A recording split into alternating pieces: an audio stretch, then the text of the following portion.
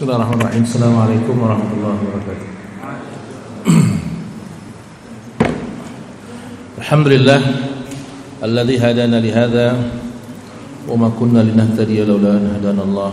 Asyhadu an la ilaha illallah wahdahu la syarika lah wa asyhadu anna Muhammadan abduhu wa rasuluhu amma ba'd. Ya ikhwani alhamdulillah wa iyyakum, kita masih di pembeda yang kelima, yaitu yuqarrirus salaf annal kufra yakunu bil i'tiqad wa bil qawli wa bil amali wa bisyaki bi khilafil murji'ah. Para ulama salafun as-salih mengatakan atau berpendapat bahwa kekufuran itu bisa terjadi karena i'tiqad, karena ucapan, karena perbuatan, karena keraguan. Berbeda dengan Murji'ah. Ini orang-orang Murji'ah, dia bicara secara umum aja tuh, nggak tafsil, nggak terperinci. Ini yang menyebabkan mereka akhirnya keliru, ya. Mereka keliru. Mereka kalau bicara takfir, hitungannya membunuh, ujungnya bom. Itu aja tuh yang ada di pikirannya. Karena cuma satu paralel dia pikir, gitu ya. Karena udah teracuni duluan kepalanya dengan syubhatnya orang-orang Khawarij. Dan dia nggak mau baca repotnya, ya, nggak mau baca bagaimana sebenarnya akidah yang benar, ya. Ulama salaf mengatakan seseorang bisa menjadi kafir jika dia mempunyai karena i'tiqadnya, karena ucapan, karena perbuatan, karena keraguan. Siapapun orang yang ragu salah satu dari hukum Allah, dia murtad. Siapa yang beriktikad menyelisihi i'tiqadnya yang sudah menjadi usul atau menjadi pokok dari agama Islam, maka dia murtad. Siapa yang ucapannya jelas-jelas mengatakan kekufuran, maka dia murtad. Siapa yang beramal amalan yang dapat membatalkan keimanannya, maka dia telah murtad. Ulama salaf sepakat pembatal itu enggak semuanya harus ada. Maksudnya orang ragu belum dianggap kafir sampai dia mengucapkan. Udah mengucapkan pun enggak dianggap kafir sampai dengan dia beramal. Udah beramal tidak dianggap kafir sampai dia beramal, mengucapkan, ragu dan berkeyakinan, baru dianggap murtad. Ya. Berbeda dengan keyakinan salaf. Salah satu dari 4 pembatal ini yang menyebabkan seorang batal itu bisa batal. Satu aja dilakukan batal semua.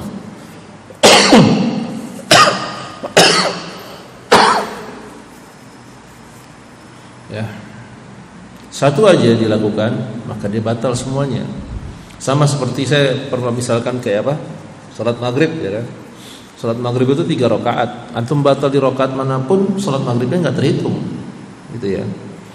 Nah, begitu juga dengan tauhid, dengan keimanan. Ya. Jadi mereka beranggapan yang namanya kafir itu kalau sudah 4-4-nya dilakukan, itu pun bukan sembarang orang yang mengkafirkan, hanya harus para ulama. Harus para ulama. Nah, ini kan kerancuan jadinya. Jadi yang menentukan seseorang itu Yahudi atau Nasara ulama. Ya. Oh enggak beda, ini Yahudi Nasara kafir asli. Nah, ini berarti dia enggak ngerti bahwa tidak ada antara kafir asli dan kafir palsu. Tetap aja kafir. Ya kan? Mau di Yahudi mau Nasara kayak, atau seorang muslim yang melakukan pembatal keislaman, sama aja hakikatnya. Sama aja hakikatnya. Tapi mereka tertipu dengan ini karena mereka beranggapan kafir itu kalau betul-betul diniatkan. Makanya seseorang yang melakukan kekufuran, baik itu ucapan maupun perbuatan, menurut mereka tidak kafir sampai dikasih tahu. Kalau sudah tahu sampai hilang syubhatnya. Kalau sudah hilang syubhatnya, lalu dia masih melakukan, itu bukan hak kita untuk mengkafirkan. Jadi mentah semua tuh pelajaran. Pelajaran tentang membatalkan keislaman nggak ada manfaatnya. Termasuk ilmu yang tidak ada faedahnya. Kenapa dipelajari? Toh kita nggak bisa amalkan, ya kan? Dengan mengatakan bahwa pengkafiran itu berarti haknya para ulama, bukan haknya kita. Itu haknya hakim, bukan haknya kita. Berarti nggak usah dipelajari nawaqidul Islam, pembatal keislaman, ya kan? Kan bukan hak kita untuk mengkafirkan. Mau ngapain kita? Kalaupun saya menyembah kubur ataupun saya motong hewan untuk nyerok kidul, kan Anda nggak berhak mengkafirkan saya. Yang tahu kekafiran saya hanya saya dan Allah. Itu kan dia bilang gitu kan. Karena menurut dia keimanan itu ada dalam hati. Orang apapun yang dilakukan, yang selama hatinya masih beriman, maka dia mukmin, muslim, selamat dunia akhirat. Selama hatinya beriman, walaupun dia nyembah kuburan, maka dia muslim. Ya, ini kaidah yang tanaqud sebenarnya, kaidah yang bertentangan. Yang ajibnya kaidah ini dipakai hanya untuk orang-orang kafir, orang-orang yang melakukan membatal keislaman. Tapi orang-orang yang berbeda mazhab, dia nggak pakai kaidah ini. Pokoknya kalau melakukan sesuatu yang beda dengan mazhab saya, maka dia sesat. Ajib kan jadinya ya. Jadi hancur-hancuran, berantakan kita. Agama kita jadi nggak ngerti wala bara kita mau kemana. Jadi wala bara kita itu hanya untuk yang semisal dengan kita atau semazhab dengan kita. Ini rusak agama kalau kayak gini. Fanatik buta, ya kan? Ketika ada orang melakukan kunut subuh, langsung kullu bid'atin dhalalah wa kullu dhalalatin finnar. Kalau salat subuh di belakang orang yang kunut subuh, anu nggak boleh kunut, kenapa? Kan bisa jadi dia nggak tahu, Ustaz. Kemana aja dia selama ini? Dakwah tentang kunut itu udah dari tahun 70-an.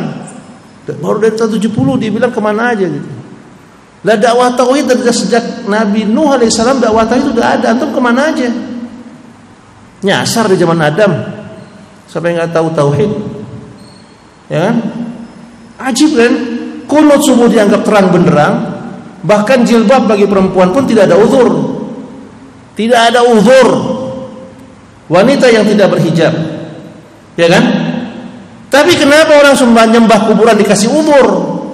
Ini tanaqud.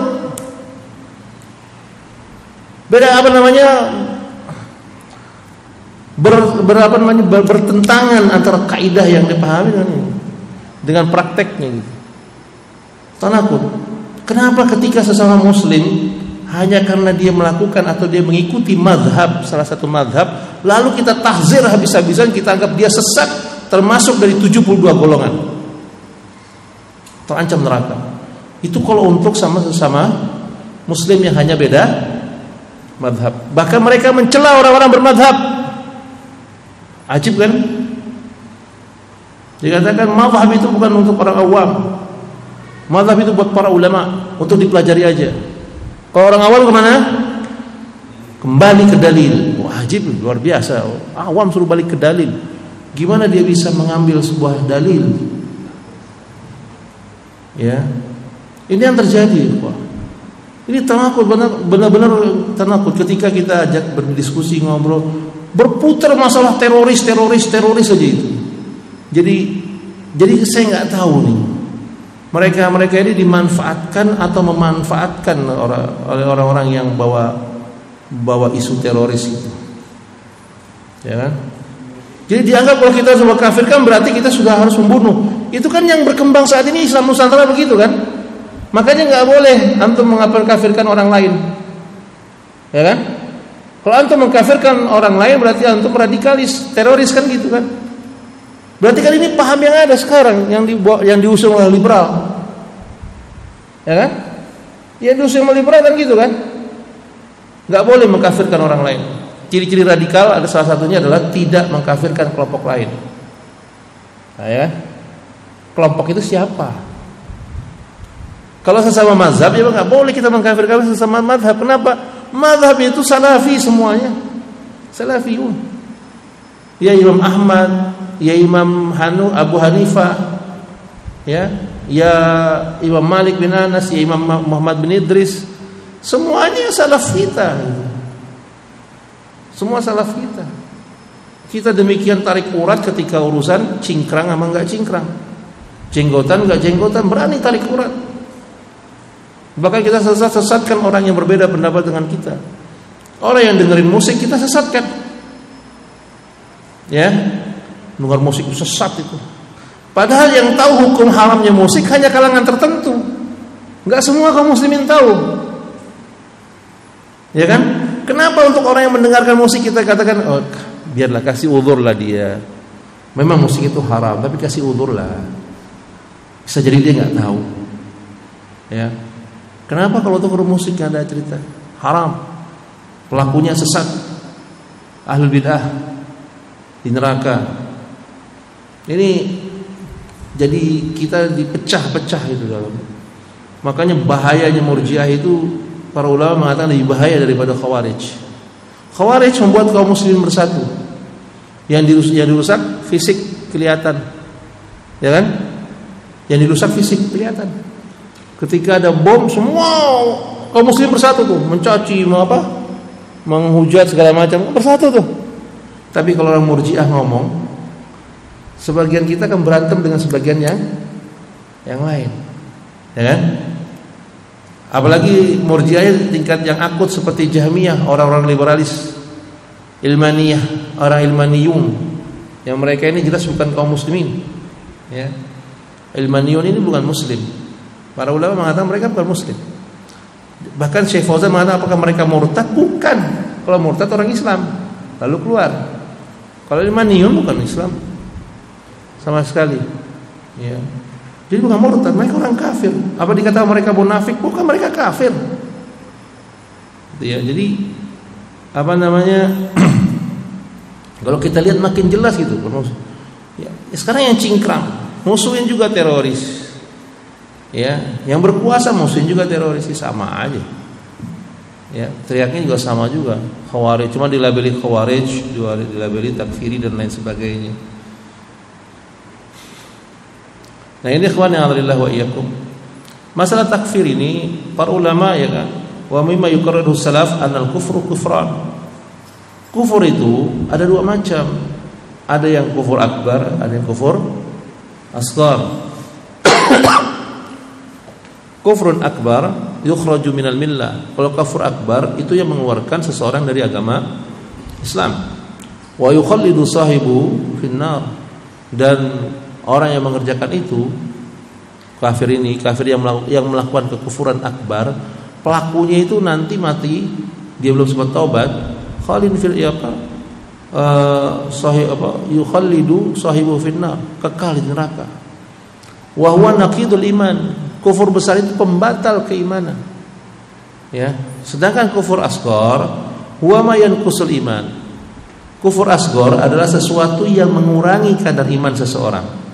Wa yujibu istihqaqu al-wa'id finnar dunal khulud. Mereka mendapatkan ancaman kalau dia mati belum sempat bertobat, kemungkinan dia bisa masuk ke dalam neraka, tapi dunal khulud, enggak kekal. Ya. Wala yunafi aslul iman, dan dia tidak batal pokok imannya. Ya. Ini orang-orang yang nanti ditemukan di neraka, yang belakangan masuknya. Yang orang-orang datang, yang orang-orang penduduk surga, teman-temannya dulu yang udah duluan mencari-cari, atau dari syafaat dari Nabi sallallahu alaihi wasallam, ditambati di dalam neraka cuma hati mereka saja yang masih ada. Badan mereka sudah hancur, dibakar. Ya kan? Nah, ini mereka yang diselamatkan. Mereka dapat syafaat masuk ke dalam surga. Ini dipakai dari oleh Murji'ah tuh, lihat. Yang penting kan hatinya beriman.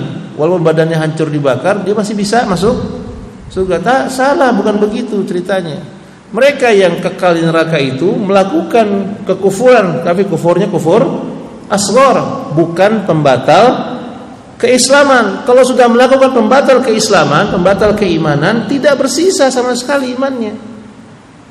Sama seperti halnya antum berwudu lalu kena hadas. Berapa bagian wudu yang tersisa? Kakinya udah perlu dicuci lagi nggak, kaki? Antum cuma buang angin doang. Wudu, buang angin. Kira-kira bagian kaki masih perlu dicuci lagi nggak? Hah? Atau bagian kepala yang nggak usah dicuci? Atau bagian tangan aja yang dicuci? Gimana? Semuanya kan? Semuanya. Begitu juga orang yang melakukan pembatal keislaman, ada yang tersisa dari imannya? Tidak ada. Jadi yang diangkat dari neraka karena syafaat Nabi sallallahu alaihi wasallam itu orang-orang yang enggak membatalkan keimanannya. Yang enggak batal syahadatnya, yang tidak melakukan pembatal keislaman. Yang cocok antara ucapan dengan hadiah yang ada di hatinya. Ya. Jangan ngomongnya asyhadu an la ilaha illallah tapi dia sembelih hewan untuk Nyi Roro Kidul. Ini enggak tanakut, berbeda antara ucapan dengan perbuatan. Yang ini batal syahadatnya, enggak ada sisa. Ya. Dan tadi dikatakan kufur itu ada dua kan? Ada kufur akbar, kufur asghar. Kufur akbar terbagi lagi. Ada berapa? Sittatun, ada 6. Macam-macam kufur akbar itu ada 6. Apa saja? Pertama, inkar wa takdzib. Apa kufur inkar wa takdzib? Mengingkari apa yang dibawa oleh Nabi sallallahu alaihi wasallam dan mendustakan Nabi sallallahu alaihi wasallam. Itu kufur akbar. Ya. Meyakini bahwa Nabi Muhammad itu pembohong. Ya. Ini pendustaan secara lahir dan batin. Sebagaimana Allah Subhanahu wa taala berfirman dalam surat Al-Ankabut, "Wa man adlamu mimman iftara 'alallahi kadziban aw kadzdzaba bil haqqi lamma jaa." Siapa yang lebih zalim daripada orang-orang yang mengada-adakan kedustaan, mengadakan atas Allah kedustaan atau berdusta ketika al-haq itu mendatangi mereka, mendustakan al-haq, mendustakan agama Islam, menganggap bahwa agama ini agama masa lalu, bukan agama sekarang. Ya, alaysa fi jahannam mathwal lil kafirin? Maka Allah tanya, bukankah dalam neraka jahanam itu tempat kembalinya orang-orang kafir? Siapa mereka? Takdzib, mengingkari. Ya. Yang kedua, termasuk kufur akbar itu kufur juhud wal kitman. Juhud, menolak dan menyembunyikan. Apa yang dimaksud dengan menolak dan menyembunyikan? Kekufuran yang lahir wal kufru an-natij an juhdi wa kitmani sidqi ma ja'at bihi rasul kallan aw juz'an ma iqraril qalbi bil haqq. Nih lihat, kufur juhud itu adalah orang-orang yang menolak atau dia menyembunyikan. Juhud, menolak dan menyembunyikan. Menyembunyikan apa? Sidqin, kebenaran. Ma ja'at bihi rasul, yang dibawa oleh para rasul. Ya. Kullan au juz'an, semua atau sebagiannya. Ma iqraril qalbi bil haqq, padahal di hatinya membenarkan itu. Coba lihat. Menolak secara ucapan dan perbuatan, padahal hatinya membenarkan itu. Ya, cukup. Ini orang Murji'ah nggak kenal kufur ini. Yang kenalnya cuma kufur takzib doang, inkar dan takzib. Kufur ini nggak dikenal di kalangan Murji'ah. Kenapa? Orang kafir itu harus dikasih tahu, sampai tahu. Udah tahu, dihilangkan subhat-subhatnya, penghalangnya, ya kan? Enggak ada kufurnya ini. Ya. Sebagaimana Allah Subhanahu wa taala berfirman, "Wajahadu biha wastaiqanatha anfusuhum dzulman wa 'uluwa." Apa sebab kufur juhud itu? Ayat ini menjelaskan. Mereka mengingkarinya karena kezaliman dan kesombongan. Mereka tolak itu karena sombong. Padahal hatinya meyakini, istaiqanatha anfusuhum, hatinya membenarkan. Sebenarnya benar, tapi ini yang dipegang oleh Abu Jahal dan teman-temannya dulu. Ya. Kan tersiar kabar kita kan, atau mungkin pernah dengar cerita dulu saat Zainuddin MZ ya kan. Malam-malam Abu Jahal pelan-pelan ke rumah Nabi. Ngapain? Mendengarkan Nabi membaca Al-Quran. Ya kan? Ketemu sama temannya sama kafir. Oh, antum ngapain? Enggak mau ini. Udah pasti antum mau dengar Muhammad ngaji ya. Iya, tapi jangan ngomong sama orang. Kan diakui itu. Diakui. Orang-orang jahiliyah mengakui kebenaran Muhammad sallallahu alaihi wasallam. Abu Thalib ngakui enggak kebenaran ponakannya ini? Abu Thalib. Dia berkata bahwa tidak ada agama yang lebih baik melebihi agama yang dibawa oleh ponakanku ini. Ya kan? Diakui itu. Tapi apa? Wajahadu biha. Dia tolak itu. Wastaiqanatha anfusuhum, padahal hatinya membenarkan itu. Kenapa? Zulman wa uluwa. Sombong. Ini juga yang merasuki Fir'aun. Kalau antum lihat surat An-Naml, ini cerita tentang Fir'aun. Fir'aun ketika didatangi Musa, dia tahu bahwa Musa itu benar. Tapi dia raja, sedangkan Musa ini bangsa budak Bani Israel. Fir'aun enggak mau mengakui kebenaran Musa karena kesombongan. Hatinya istaiqanatha anfusuhum, hatinya enggak ngerti, benarkan itu. Nah, saya bilang kekufuran jenis ini enggak diakui atau enggak dipercaya sama orang-orang Murji'ah. Ya. Lalu Allah Subhanahu wa taala berfirman dalam surat Al-An'am, ya kan? Fa innahum la yukadzibunaka walakinna adh-dhalimina biayatillahi yajhadun. Sesungguhnya mereka tidak mendustakanmu wahai Muhammad, kata Allah Subhanahu wa taala. Tetapi orang-orang yang zalim itu mengingkari ayat-ayat Allah. Mereka mengakui Nabi Muhammad itu orang yang jujur, amanah, ya kan, menyampaikan amanah, dipercaya itu. Tapi apa?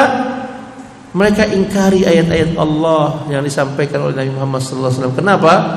Karena uluwa, karena kesombongannya, karena bertentangan dengan hawa nafsunya. Juhud dan kitman ini juga sebuah kekufuran akbar. Kemudian yang ketiga, kufrul iba wal istikbar ma'at tasdiq dunal inqiyad. Ini lebih spesifik lagi sebenarnya kufur iba. Ya. Iba itu enggan, malas, nggak mau ngaji lah, nggak mau tahu lah. Wal istikbar, istikbar itu takabur. Ini Wahabi, ini mazhab kelima. Wahabi itu menumpahkan darah kemana-mana. Istikbar. Kenapa? Mereka orang-orang yang sudah S2, S3, yang sudah profesor, ya kan? Istikbar. Padahal ma'at tasdiq dunal inqiyad, disertai dengan pembenaran, membenarkan apa yang disampaikan itu, tapi diabai, enggan. Udah. Atau enggan ini bisa karena kebodohan, bisa juga karena mengikuti para pemimpin mereka atau zu'ama mereka, tokoh-tokoh mereka. Mereka pembebek, istilahnya apa? Muqallidin. Orang-orang yang taklid. Kata ustaz-ustaznya jangan datangi kajian itu. Itu pengajian Wahabi, mengkafir-kafirkan, dia ngikut. Dia enggak mau dengar orang lain. Ya. Ini iba wal istikbar, merasa bahwa di atas kebenaran. Tapi begitu dia jalan dia lihat, tapi enggak juga sih, kata ustaz saya dia yang suka begitu, ujung-ujungnya teroris, kok ini enggak sama sekali. Ya. Tapi dia kadang sudah membenci. Kadang bahasanya apa jadi? Terlanjur ya. Tapi terlanjur udah membenci.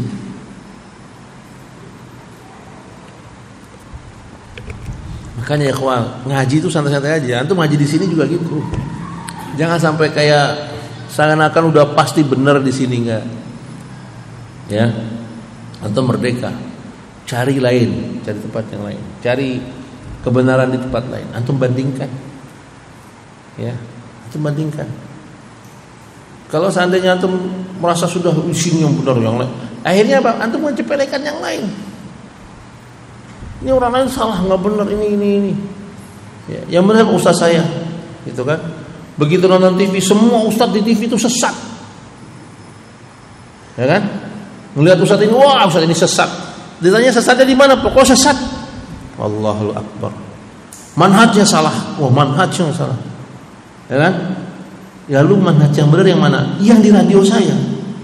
Sempit banget manhajnya, dibatasi dengan radio. Ya, pokoknya antum jangan cuma ngaji di sini. Lihat, cari semua, bandingkan. Gunakan nalar yang sehat. Jangan fanatik buta sama satu guru. Jangan. Ya, karena kalau antum fanatik buta sama satu guru, itu cuma antum pindah tempat aja. Dari pojokan sana pindah ke pojokan situ, sama-sama taklidnya. Ya, gunakan wawasan berpikir. Ya. Ini yang apa kita terhindar, mudah-mudahan terhindar dari salah satu sebab kita menghindar dari iba wal istikbar. Enggan, malas, meremehkan. Istikbar, sombong. Wah, tempat saya lu ngaji ustadznya juga ustadz kibar semua. Syekhnya juga syekh dari Arab semua, Timur Tengah semua. Ya. Sedangkan antum siapa? Gitu ya. Biasanya begitu. Kalau udah kalah hujjah, lalu mengecilkan lawan debat. Ya, biasa gitu. Kayak di TV-TV gitu kan. Kalau udah ngotot aja. Situ juga pernah korupsi dulu. Ya, berarti kan dia membenarkan apa yang diomongin kan. Ya kan? Situ juga korupsi. Wah, dulu situ juga ngerampok, ngambil partai orang, gitu kan. Itu biasa seperti itu. Kalau udah kalah debat begitu, dia mengecilkan pihak lain. Ya. Nih, huwa kufrun natij an istikbar. Kekufuran yang disebabkan karena kesombongan alal haq. Kesombongan atas kebenaran. Wal iba' anil inqiyad, enggak mau tunduk. Mengabaikan ketaatan lahu. Kulluhu au ba'duhu. Kulluhu au ba'duhu ma'al iqrar bil haqq wa tasdiq. Tapi dia mengakui dia pengen benar. Kenal haq. Wa minhu kufrun man arafa sadaqa Rasul sallallahu alaihi wasallam wa sihhatu ma jaa bihi. Di antaranya ya, mengingkari sesuatu yang arafa sidqur Rasul, mengetahui tentang kebenaran Rasul. Wasihatu ma jaa bihi, dan benar dan kebenaran apa yang dia bawa, walakinnahu istikbar, tapi mereka enggan menerima itu. Wa aba anil inqiyad, dan tidak mau patuh, enggak mau tunduk. Wa qad nassa Ibnu Qayyim rahimahullahu taala ala anna hadza ghalibu kufru a'da Allah. Nah, ini Ibnu Katsir mengatakan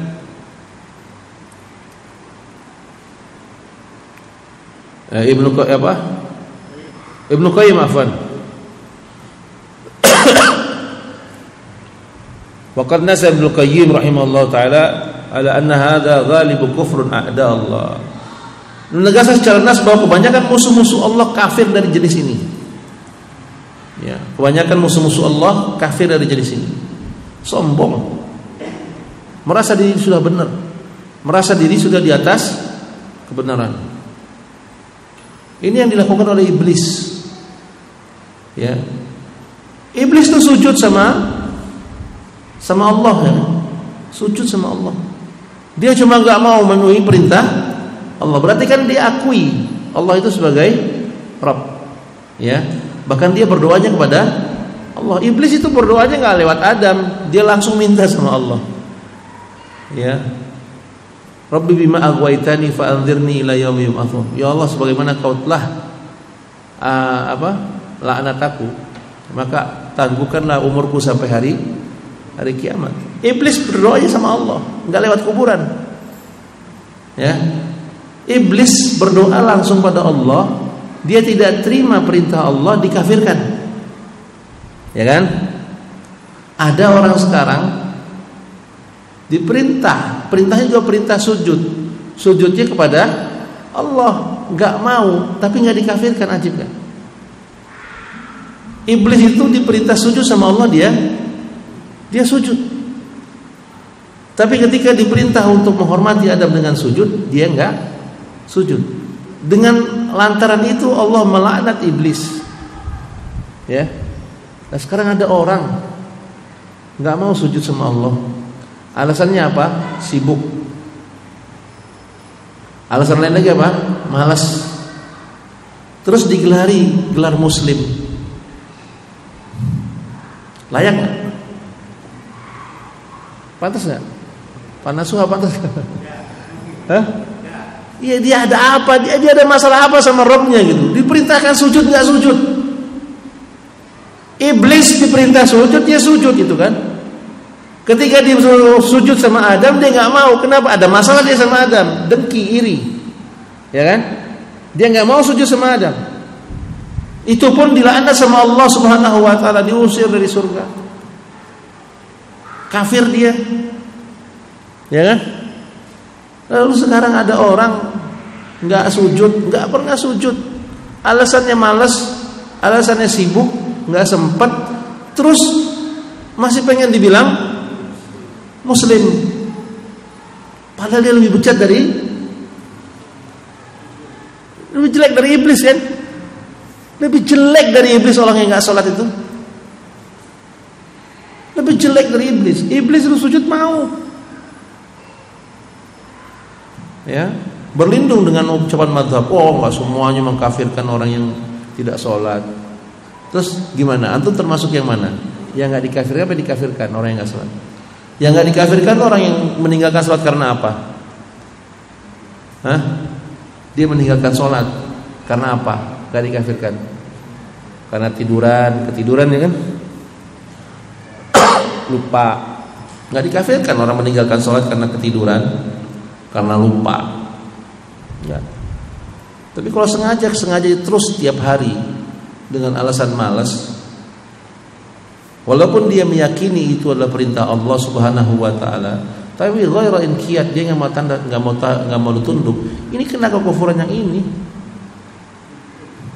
Ya, Nabi Shallallahu Alaihi Wasallam mengatakan, man taraka salat al-asr, siapa yang meninggalkan salat asar, maka hanguslah semua amalnya pada.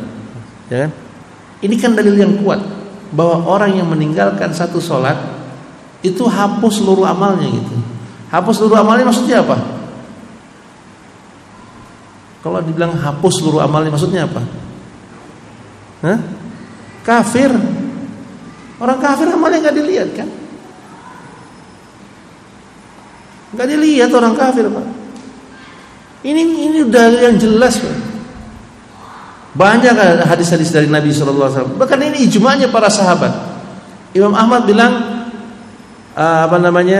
seluruh sahabat ijma' bahwa siapa saja meninggalkan salat dihukumi kafir.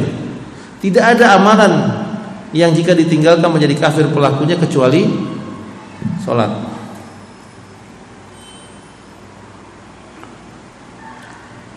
Ya. Termasuk dalam hal ini, dalam masuk bab kafir yang ketiga ini, orang-orang nifak, orang-orang munafik. Ya. Lihat, orang-orang kafir termasuk ini. Ya. Wa minhu kufrun nifaq alladhi yadhharu sahibuhu at-tasdiq bil-zahir ma'al iba' wal kufru bil batin. Termasuk dalam kelompok ini kufur nifaq juga, yang dia secara zahir menampakkan keislaman, tapi secara batin dia menolak, dia ingkar. Sebagaimana syaitan ini, antum bisa lihat di bukunya ya, ayat Al-Baqarah ayat ke-34, kemudian Al-Baqarah ayat ke-89, kemudian At-Taubah ayat 64, Al-Munafiqun ayat ke-1. Ya. Kemudian kufur yang keempat, wa huwa kufru dhanni wasyak. Kufur dhann wasyak. Apa itu kufur dzan? Kufur yang menduga-duga dan ragu-ragu. Ya, menduga-duga dan ragu-ragu. Wal kufru an-naj an yataraddada fi tasdiq ma ja'at bihi Rasul sallallahu alaihi wasallam. Kekufuran ini timbul karena keraguan dari dalam membenarkan apa yang dibawa oleh para rasul. Ya, ma ja'at bihi Rasul. Wa adamul jazmi bi sidqihim fi asl risalah aw syai'in mimma yajibul imanu bihi. Ya, mereka kekufuran ini lahir karena ragu dalam membenarkan apa yang dibawa para rasul dan tidak yakin dalam membenarkan mereka pada asal risalah atau pada sesuatu yang wajib diimani. Ragu satu masalah aja sudah kafir. Jadi dalam agama kita nggak boleh sedikit pun ada keraguan. Nggak boleh. Jangan biarkan keraguan itu muncul. Jangan sekali-kali bebas akal kita berpikir tentang alam semesta lalu mengatakan ini begini, ini begini. Ini pohon yang ciptakan Allah, bumi yang ciptakan Allah, gunung yang ciptakan Allah, langit yang ciptakan Allah, bintang yang ciptakan Allah, matahari, semua diciptakan oleh Allah. Kalau semua diciptakan Allah, lalu Allah ciptaan siapa? Orang-orang yang sesat berpikir akhirnya seperti itu, ya kan? Timbul keraguan, timbul syak, ragu. Ya, ini di surat Al-Kahfi dalilnya ayat ke 35 sampai dengan 38.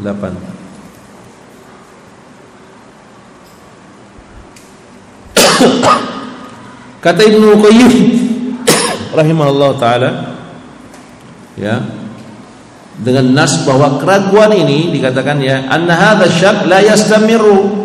Keraguan ini tidak akan muncul illa idza alzama nafsahu al-i'rad, kecuali seseorang membiarkan dirinya berpaling an-nazar fi ayatillah, dari melihat ayat-ayat Allah, wa alamati sidqi rasulih sallallahu alaihi wasallam, dan melihat tanda-tanda kebenaran dari Muhammad sallallahu alaihi wasallam.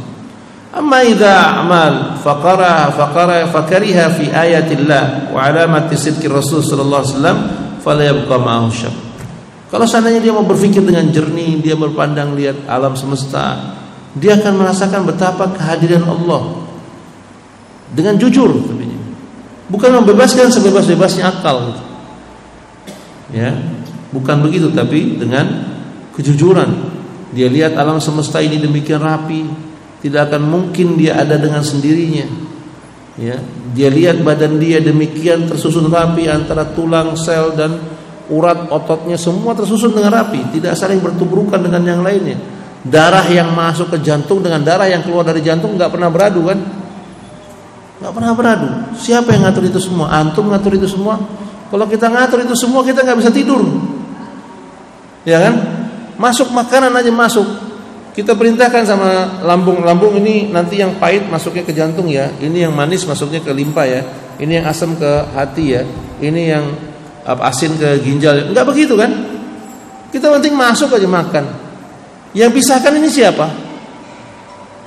Ya, berarti ada kekuatan yang menguasai diri kita sendiri. Jangan alam semesta lah, diri kita sendiri juga kita akui bahwa kita ada yang menguasai.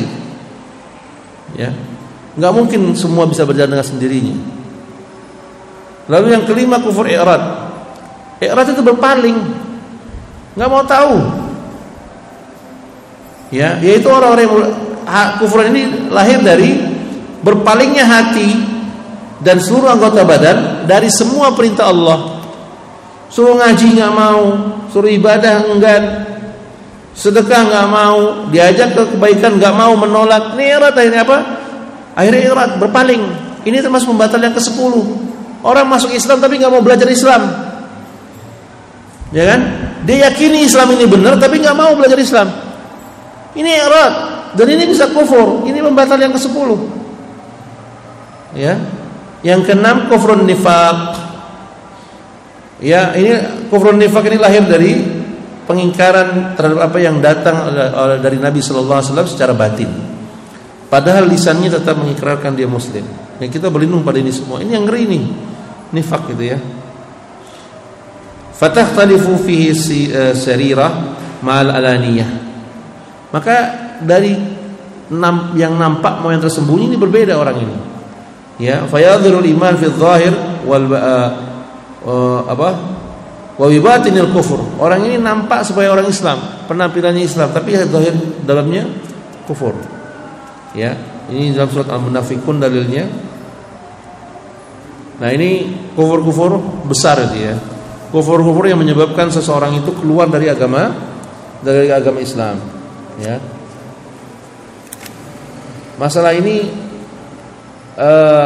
yang dibilang kekufuran itu juga terperinci gitu ya, bukannya kufur kafir semua berarti kafir, dikit-dikit kafir di kafir. Itu orang Khawarij yang orang membunuh jadi kafir, ya kan? Terus memerangi orang muslim kafir. Terus minum khamr kafir, zina kafir, minum khamr kafir tapi kafir kecil. Tapi membolehkan khamr, menghalalkan khamr kufur akbar walaupun dia enggak minum khamr. Mana ulama yang beda pendapat masalah ini? Enggak ada, semua sama. Ya, istihlal menghalalkan zina walaupun dia enggak berzina, orang ini dihukumi kafir. Ya, menghalalkan zina itu dihukumi kafir. Ya, jadi enggak ada keraguan di dalamnya, tidak ada para ulama berselisih pendapat dalam masalah ini. Ya. Kalau pelaku zina, selama dia meyakini atau mengakui bahwa zina ini haram, dia kufur asghar, kufur kecil. Ketika dia berzina, imannya hilang. Maksudnya apa? Hilang sebagian. Ketika dia zina mati, masih ada dua kemungkinan di sisi Allah. Allah ampuni dosanya atau Allah azab sesuai dengan kadar dosanya. Tapi orang yang istihlal, menghalalkan zina, kemudian dia mati belum taubat, maka dia kekal di neraka. Kenapa? Dia istihlal, menghalalkan apa yang Allah haramkan. Semua. Ya. Maka kita perlu belajar itu begitu, karena dengan belajar kita tahu secara rinci gitu. Ya. Secara rinci. Saya pikir yang ngaji aja yang banyak yang salah perinci. Atau ustaz-ustaz juga banyak enggak merinci. Ngomongnya secara mutlak terus, enggak rinci. Gitu kan? Jangan mudah mengkafir-kafir. Iya, kita tidak mengkafirkan orang muslim kok, tapi kita wajib mengkafirkan orang kafir. Mengkafirkan orang muslim dosa besar. Tapi menganggap muslim orang kafir murtad. Antum pilih mana? Tidak mengkafirkan orang musyrik. Wa ma yukaffirul musyrik wa sahha madhhabuhum kufrun bil ijma'. Orang yang tidak mengkafirkan orang musyrik, membenarkan mazhab mereka, ini kafir menurut ijma'. Ya kan? Karena makna la ilaha illallah itu adalah bur'atu minasyirik wa ahli. Labeli pelakunya. Sedangkan mengkafirkan orang muslim yang antum gak ada ilmu atasnya, antum dosa besar, fasik. Tapi tidak membatalkan Islam. Ya. Ajib kan, untuk dosa besar berhati-hati, tapi orang sampai murtad menggampang-gampangkan. Ya, berarti ini ada yang salah dalam kajiannya. Coba antum ulang lagi kajian tauhidnya, pelajari dari awal, ya. Karena sudah masuk waktu Isya, kita cukupkan jumpa kita malam hari ini. Subhanakallahumma bihamdik, asyhadu an la ilaha illa anta, astaghfiruka wa atubu ilaik. Wassallallahu ala nabiyyina Muhammad wa ala alihi washabbihi ajmain. Assalamualaikum warahmatullahi wabarakatuh.